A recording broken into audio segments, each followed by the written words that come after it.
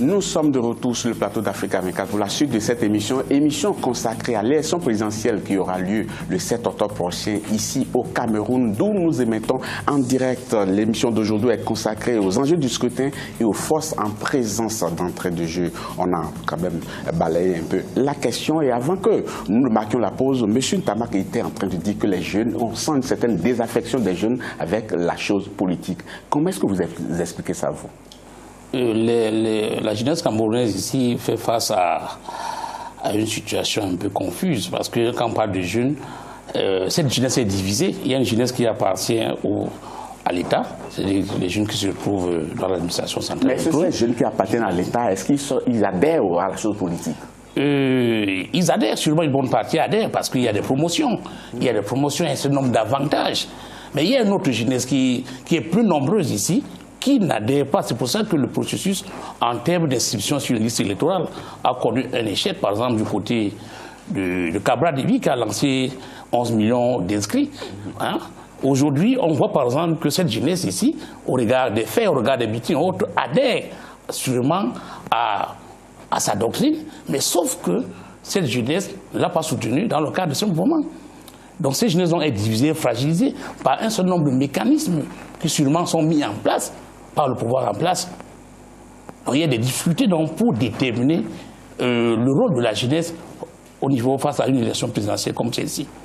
Madame Damjoya, vous avez dit tout à l'heure que ça fait la 5e candidature de votre candidat à l'élection présidentielle ici au Cameroun. Sans doute qu'il y a un minimum quand même que vous observez. Et c'est cela qui vous garantit le fait que vous présentez à chaque élection. Non? Déjà pour notre présentation à cette élection, notre candidature, elle est républicaine, nous sommes des patriotes, citoyens et en responsables, nous disons que nous avons opté pour un choix politique qui va permettre au Cameroun de pouvoir avoir des personnes comme nous, responsables, patriotes, qui veillent à l'avenir politique et démocratique. À cette élection, votre candidat estime que nous pensons qu'au-delà du 7 octobre, le Cameroun continue. Et quand on parle des jeunes, les jeunes ne naissent pas d'une baguette magique, monsieur. Les jeunes naissent d'un homme et d'une femme qui les éduquent dans le cadre d'une famille. Au Cameroun, nous n'avons pas un code de la famille aujourd'hui.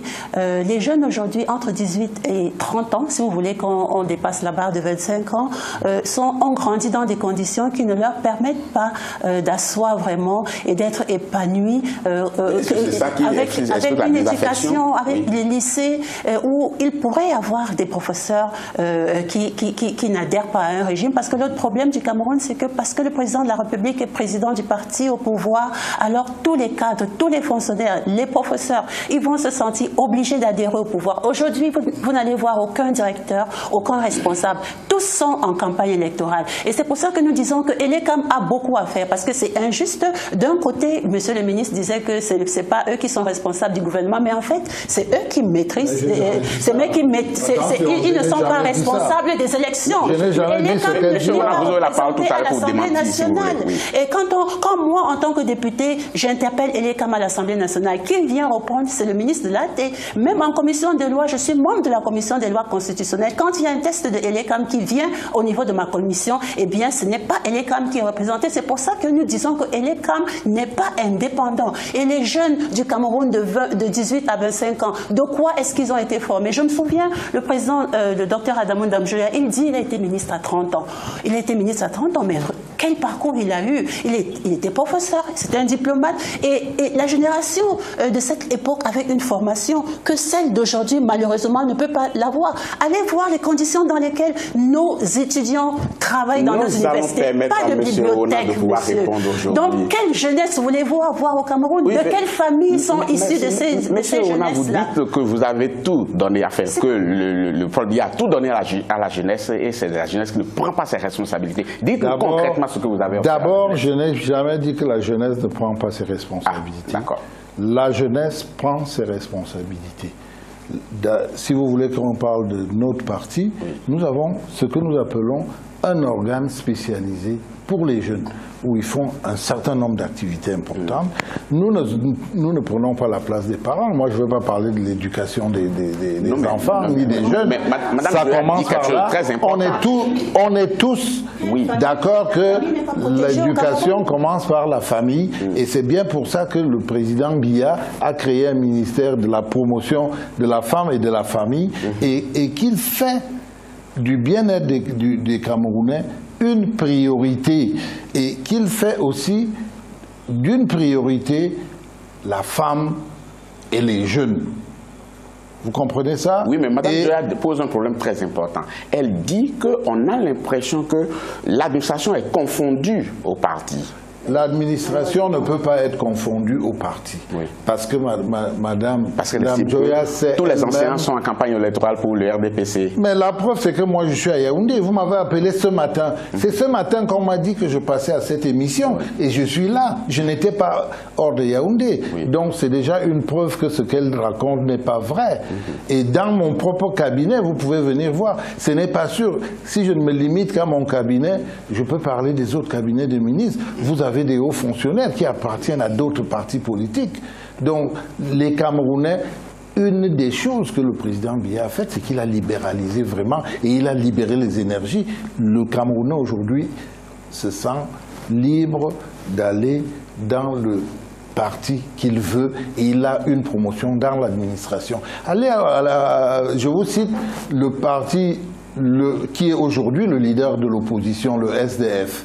Un des conseillers techniques du ministre de la Recherche scientifique, qui est au secrétariat du RDPC, c'était l'ancien secrétaire général du SDF qui a eu la promotion, je crois, d'inspecteur général. Donc, c'est complètement faux ce qui est en train de se faire. On n'est pas comme au SDF, à l'UDC. À l'UDC, ça se passe en famille. Ça se passe en famille et vous savez ça. Et vous savez ça. Je ne voudrais pas en dire plus. Je vous ai laissé parler. Laissez-moi parler. Laissez-moi parler. Je voudrais donc vous dire que nous sommes en train de faire en sorte que les jeunes se sentent vraiment libres et ils ont des promotions, pas parce qu'ils appartiennent à un parti politique, mais parce qu'ils sont compétents. Vous lui direz d'être plus poli et de me laisser parler. Madame Joya, ça je parlerai. Et les jeunes, et vous verrez des jeunes. C'est la question d'une famille. Eh bien, si nous pouvons avoir des communes à l'Union démocratique du Cameroun, si nous sommes représentés à l'Assemblée nationale, respecter cette grande famille. Et pour nous, la famille, c'est le père, c'est la mère, c'est le quartier, c'est le village, c'est le pays. Monsieur le ministre, c'est ça la famille. Je ne sais pas ce que vous avez en tête quand vous parlez de la famille. La famille, il faut la respecter. Ce que j'ai en tête, il faut la respecter, monsieur le ministre. Alors, je vous en prie, gardez vos vieilles façons. Gardez vos vieilles façons. Elles sont dépassées. Vous n'avez plus la parole, c'est M. Gomba qui a la parole. M. Gomba, je ne ferai pas ce qu'il faut. Vous avez bien compris. Ne me donnez pas des exemples. Je voulais vous donner des exemples. Madame Joya, je vous en prie. S'il y avait 10 partis politiques familiers comme le RDPC, on n'aurait pas ce RDPC. S'il vous plaît, c'est M. Gomba qui a la parole. Il y a des choses que je ne peux pas laisser passer, monsieur. Je vous en prie. Vous avez rétabli la vérité. Non, vous aurez la parole tout à l'heure. Voilà. Moi, je voulais vous donner des exemples de jeunes qui ont des postes importants. Vous en avez déjà donné. Non, je n'ai pas donné. Vous en avez déjà donné tout à l'heure. Non, Madame Joya, je vous ai dit que vous aurez la parole tout à l'heure. Monsieur Bomba, on voit 9 candidats à cette élection présidentielle. Est-ce que le nom vous a surpris? Et si oui, pourquoi? Je crois que le nombre ne nous a pas surpris, mais avant de répondre à votre question, je ne peux pas tolérer qu'on dise ici que l'action de Cabral n'a rien produit. C'est inadmissible. D'abord, nous avons écrit plusieurs dizaines de Camerounais sur les listes électorales de jeunes. Ensuite, ce sont ces jeunes qui ont cotisé une caution de 30 millions pour que M. Cabral soit candidat. Il faut avoir l'humilité de reconnaître que cette action a produit quelque chose avec les reconnaissances des DECAM. C'est inadmissible de le dire ensuite. Je voudrais quand même relever qu'être opposant au Cameroun est une gageure. Parce qu'au Cameroun, lorsque vous convoquez une seule réunion, c'est la police qu'on vous faussaires. Et c'est plutôt à féliciter ceux qui osent être opposants au Cameroun. Je ne suis pas d'accord avec le ministre qui dit que les administrations ne sont pas vides. Il a la chance d'être militant de Mbalmayo, qui est à quelques kilomètres de Yaoundé. Je ne suis pas allé en Mbalmayo. Et donc, il peut faire un tour et revenir. Non, je ne suis pas allé en Mbalmayo depuis 15 jours. Oui, mais au-delà de ça, il faut circuler dans les administrations pour se rendre compte qu'elles sont vides. Pour revenir à votre question, je crois que le code électoral Retoilité a revu un certain nombre de dispositions qui en soi limitaient le nombre de candidats. Une caution de 30 millions, ce n'est pas n'importe quoi au Cameroun. Vous avez vu que beaucoup de gens n'ont pas pu payer cette caution pour être candidat et ensuite les conditions, notamment qui exigeaient que les candidats soient investis par les partis politiques ayant des élus, était également une condition qui resserrait la question. Mais là n'est pas le débat.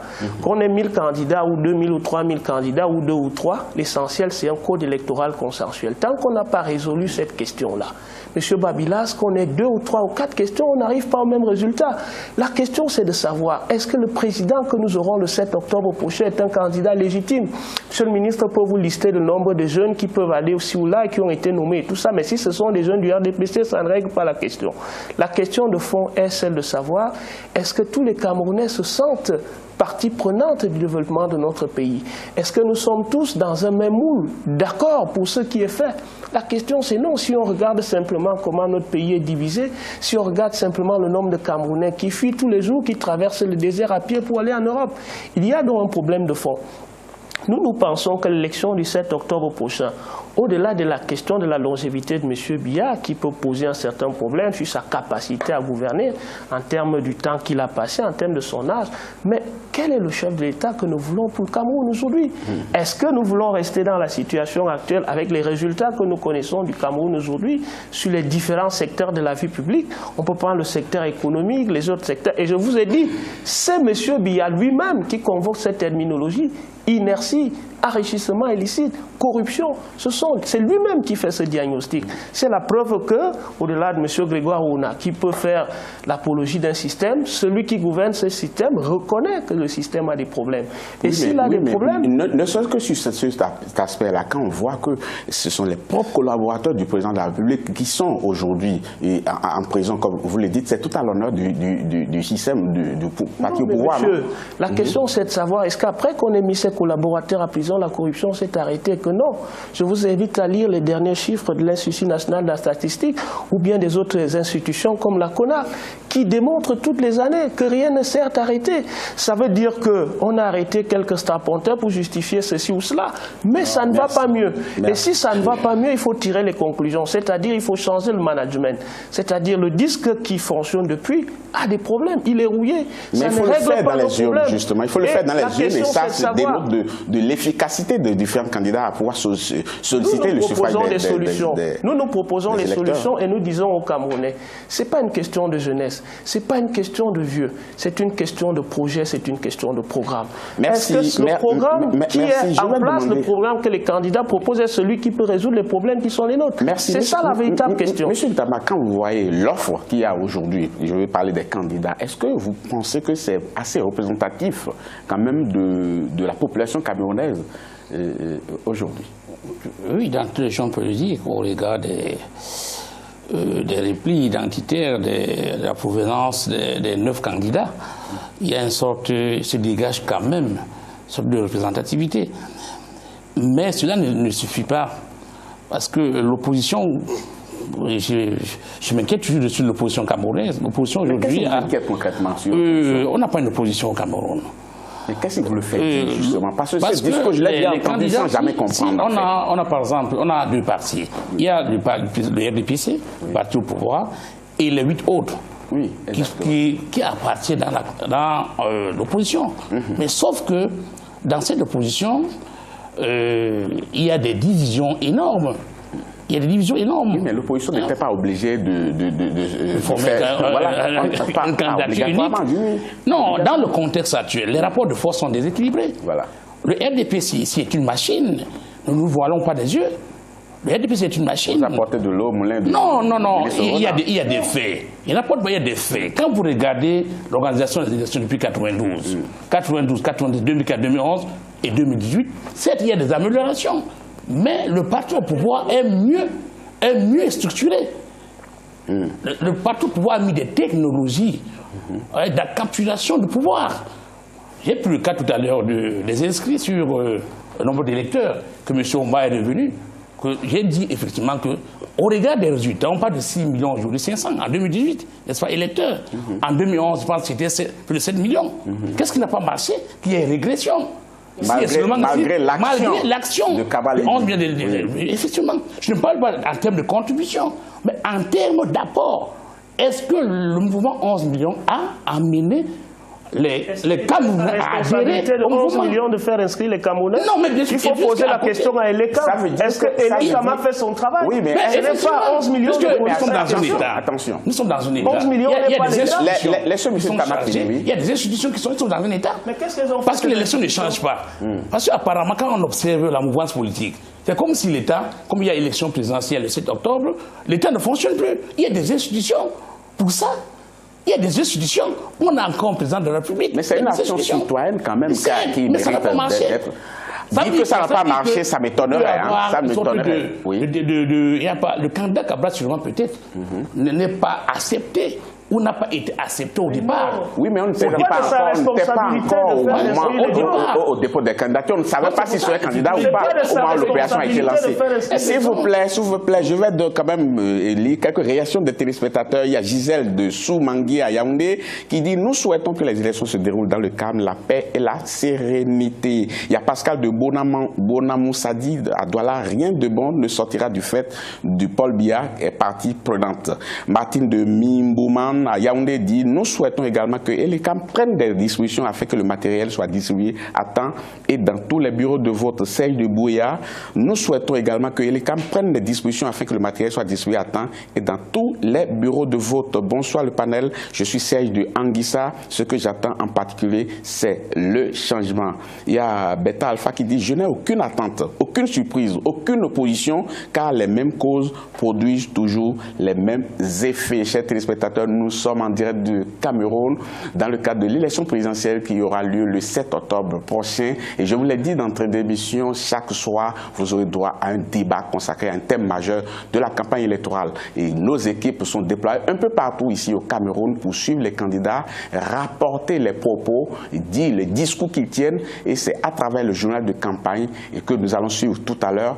Et avant, on va clore ce pan du débat et en donnant la parole à M. Ona. Oui. Je voudrais dire essentiellement que le président Biya a permis ce qu'on vit aujourd'hui. Et c'est beau de voir ça. Qu'est-ce qu'on vit aujourd'hui de beau? Nous vivons la démocratie et la liberté. C'est grâce au président Biya. Et dire qu'il y a eu des échecs ou que ça n'a pas marché, nous sommes partis dans ce pays en 82 de 150 lycées à près de 2000 lycées aujourd'hui, d'une université à une dizaine. Nous sommes aujourd'hui à plus de 250 instituts de formation supérieure. Tout ça, c'est pour qui? C'est pour les jeunes. C'est pour former. La formation des jeunes est une grande priorité. C'est lui qui a permis qu'on ait, dans toutes les communes aujourd'hui, vous avez au moins 30% de femmes. Le président a dit, je veux qu'il y ait au moins 30% de femmes. Je veux qu'il y ait des jeunes. Je veux qu'il y ait ceci. Et ça a été fait. C'est-à-dire que dans les objectifs du développement durable, nous avons avancé. Je ne vais pas vous parler des infrastructures. Monsieur Ona, certains téléspectateurs nous ont dit quand même qu'ils suivent nos journaux de campagne, mais il y a certains nombre de candidats qui ne voient pas sur notre antenne. On leur a dit non, ce n'est pas nous qui ne voulons pas couvrir les meetings de ces candidats. Ils ont curieusement indexé 2 candidats dont les représentants sont sur ce plateau. Il y a votre candidat qui ne voit pas sur le terrain. Il y a votre candidat aussi qui ne voit pas sur le terrain. Vous allez dire, est-ce que c'est une stratégie et en quoi consiste cette stratégie? Mais avant, on va suivre quand même les meetings de ceux-là qui sont sur le terrain. Ce sera à travers le journal de campagne concocté par l'équipe d'Africa 24. Bienvenue dans ce journal de campagne depuis Yaoundé au Cameroun où Africa 24 a déployé ses équipes pour vous permettre de suivre toute la campagne électorale en vue du scrutin présidentiel du 7 octobre 2018. Démonstration de force du RDPC, le parti au pouvoir. Ces militants ont tenu un meeting à l'hôtel de ville dont le premier arrondissement de Yaoundé avec un mot d'ordre, élire leur candidat Paul Biya au soir du 7 octobre prochain. Les détails dans ce sujet de notre envoyé spécial à Yaoundé, Chérif Ousmane Mbamdoukar. Démonstration de force du RDPC, le Rassemblement démocratique du peuple camerounais, ce jeudi 27 septembre 2018. Ils sont sortis témoigner leur soutien à l'homme du renouveau. Association des sauveteurs, moto-taximan, mouvement estudiantin et l'ASBI, l'association des Bayam Selam, ont, à travers une marche et une déclaration commune, appelé à plébisciter le candidat Paul Biya. Pour le secteur informel, le candidat du RDPC est celui à même de relever les défis actuels du Cameroun. Nous sommes à l'économie social et solidaire au Cameroun. Nous voilà, nous tous ici.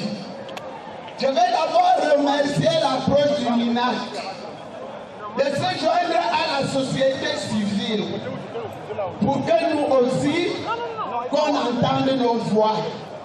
Tout le monde ne peut pas faire la politique politicienne. Il faut que nous autres, qu'on fasse la politique du développement. Le ministre de l'administration territoriale, Paula Tangandi, qui représentait le candidat Paul Biya à ce meeting de la communauté urbaine de Yaoundé, a rassuré de la détermination du candidat du RDPC à parachever les grands chantiers infrastructurels pour le bien-être des populations. Je voudrais vous rassurer également que vous occupez une place de choix dans le cœur du chef de l'État, son Excellence Paul Biya. Le président compte sur vous et il n'oublie personne. En plus du soutien incontestable des militants du RDPC, le candidat Paul Biya bénéficie désormais de la confiance du secteur informel. À travers marches de soutien et meetings de proximité, le RDPC entend mobiliser plus d'électeurs pour une victoire au soir du 7 octobre. Le candidat du FDP, Akere Mouna, est allé à la rencontre des habitants de San Medema dans la région du Sud. Là-bas, le leader du FDP pour la présidentielle du 7 octobre 2018, ici au Cameroun, a appelé les habitants de cette localité à voter pour une société juste et meilleure. Les précisions dans ce sujet de Corinne Kamseu. Akere Mouna, le candidat du Front populaire pour le développement, est à la conquête de la région du Sud. C'est au milieu d'une foule joyeuse qu'il s'est frayé un chemin pour aller porter son message dans la ville de San Medema. Il a partagé ici l'espoir qu'il a de voir arriver une société plus juste et débarrassée du fléau de la corruption. Ceux qui souffrent le plus dans la corruption, c'est les plus pauvres. On a créé une société où il n'y a que les plus forts qui ont raison. Non seulement ils ont raison, ils nous volent. Dans les tribunaux, ils ont raison. À l'école, ils prennent toutes les places. À la justice, ils ont raison. À l'hôpital, tous les médicaments, c'est pour eux. Le peu qui reste, ils nous vendent ça. Ça va s'arrêter. Le candidat Akere Mouna, qui fait du développement social et de l'inclusion des axes prioritaires dans son programme de gouvernance, était également porteur d'un message de paix à San Medema. Se référant au contexte sociopolitique, cet originaire de la région du Nord-Ouest a souligné la nécessité de mettre fin à une guerre qui absorbe des fonds dans un contexte de précarité. Nous voulons gagner la paix. L'année dernière, on a perdu dans l'économie 56 milliards à cause de la guerre. Cette année, on va perdre encore 118 milliards à cause du fait que là-bas on ne produit pas. Dans le nord-ouest et le sud-ouest, ça produit 40% de l'économie du Cameroun. 40%, presque la moitié. Donc, d'autres partis ils ont volé, d'autres partis font la guerre avec. Nous allons dire non le 7. Nous allons dire non le 7. Une prestation artistique du musicien Longuet Longuet est venue agrémenter ce meeting du Front populaire pour le développement. La caravane s'est ensuite ébranlée à la tombée de la nuit, poursuivant sa tournée dans la région du Sud. Le candidat du SDF, Joshua aussi, était en campagne à Obala, dans la région du centre. Là-bas, le porte-flambeau du SDF à la présidentielle a promis aux habitants de cette localité de lutter contre le chômage des jeunes s'il devenait président de la République. Nathalie Mo.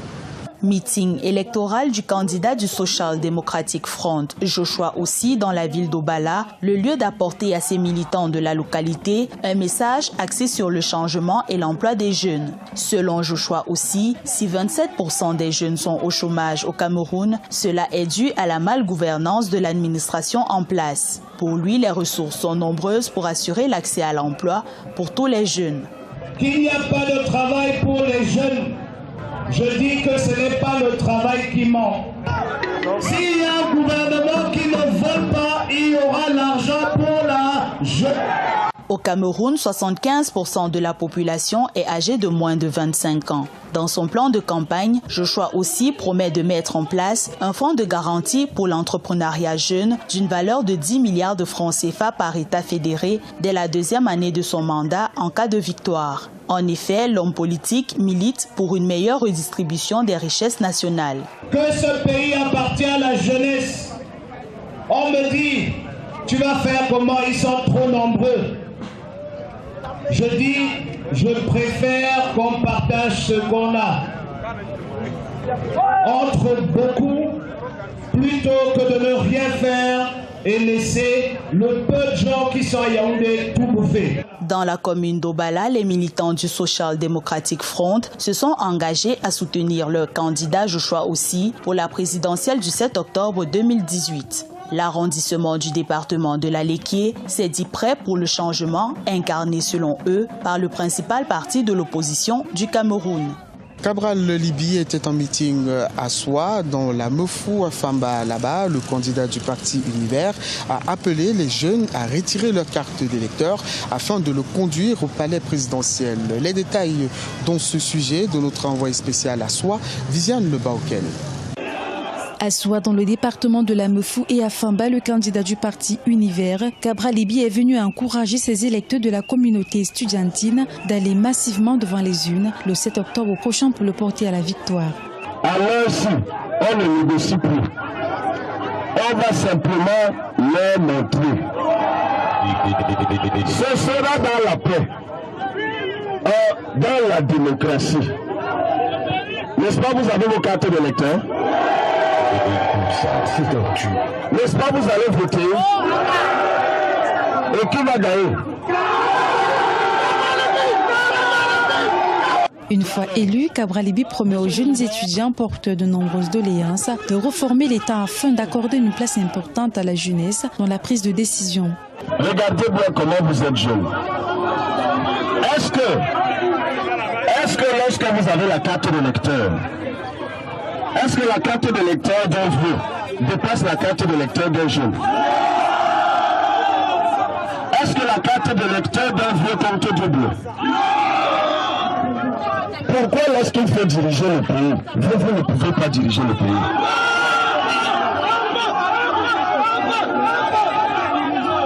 Pourquoi lorsque votre choix veut diriger le pays, on dit qu'il est jeune, il n'a pas d'expérience?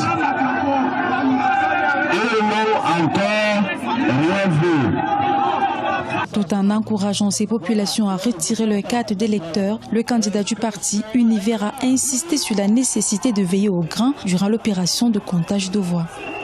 C'est la fin de ce journal de campagne réalisé depuis Yaoundé au Cameroun. Merci de l'avoir suivi. À très bientôt sur Africa 24.